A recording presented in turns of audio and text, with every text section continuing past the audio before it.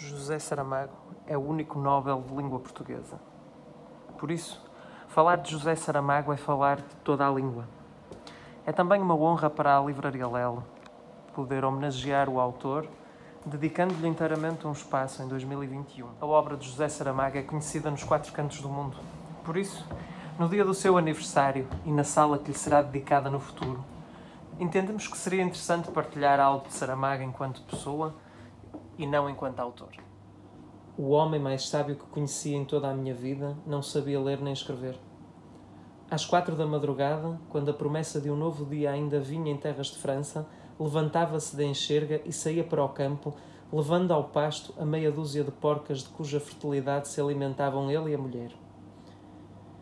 Viviam desta escassez os meus avós maternos, da pequena criação de porcos que depois do desmame eram vendidos aos vizinhos da aldeia, azinhaga de seu nome na província do Ribatejo. Chamavam-se Jerónimo Melrinho e Josefa Caixinha, esses avós, e eram analfabetos, um e outro. No inverno, quando o frio da noite apertava ao ponto de a água dos cântaros gelar dentro de casa, iam buscar às pocilgas os bácoros mais débeis e levavam-nos para a sua cama. Debaixo das mantas grosseiras, o calor dos humanos livrava os animaizinhos do enregelamento e salvava-os de uma morte certa. Ainda que fossem gente de bom caráter, não era por primores da alma compassiva que os dois velhos assim procediam. Que os preocupava, sem sentimentalismos nem retóricas, era proteger o seu ganha-pão com a naturalidade de quem, para manter a vida, não aprendeu a pensar mais do que o indispensável. Ajudei muitas vezes este meu avô Jerónimo nas suas andanças de pastor. Cavei muitas vezes a terra do quintal anexo à casa e cortei lenha para o lume. Muitas vezes, dando voltas e voltas à grande roda de ferro que acionava a bomba, fiz subir a água do poço comunitário e transportei ao ombro, muitas vezes, às escondidas dos guardas das searas. Fui com a minha avó também pela madrugada, munidos de ancinho, panal e corda, a recolher nos restolhos a palha solta que depois haveria de servir para a cama do gado.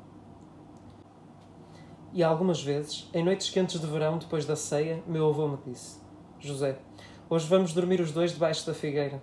Havia outras 2 figueiras, mas aquela, certamente por ser a maior, por ser a mais antiga, por ser a de sempre, era para todas as pessoas da casa a figueira. Mais ou menos por anatomásia, palavra erudita que só muitos anos depois viria a conhecer e a saber o que significava.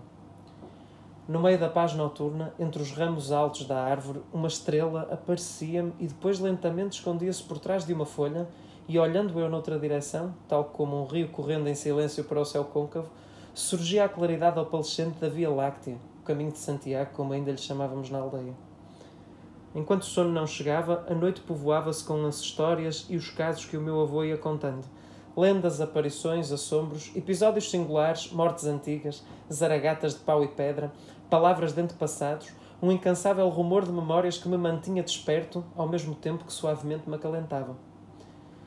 Nunca pude saber se ele se calava quando se apercebia de que eu tinha adormecido ou se continuava a falar para não deixar em meio a resposta à pergunta que invariavelmente lhe fazia nas pausas mais demoradas que ele calculadamente metia no relato.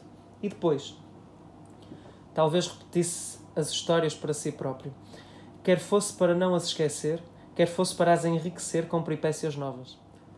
Naquela idade minha e naquele tempo de nós todos, nem era preciso dizer que eu imaginava que o meu avô Jerónimo era senhor de toda a ciência do mundo.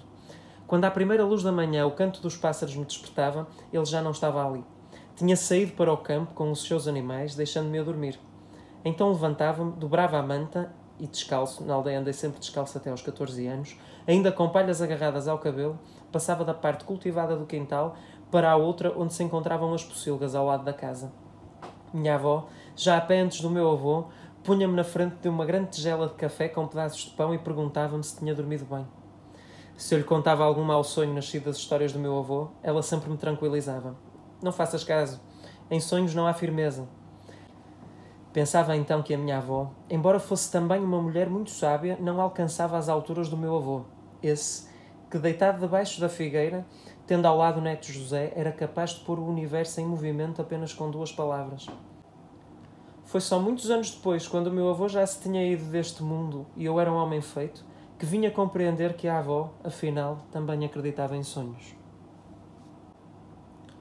Discurso pronunciado a 7 de dezembro de 1998 na Academia Sueca. de como a personagem foi mestre e o autor seu aprendiz.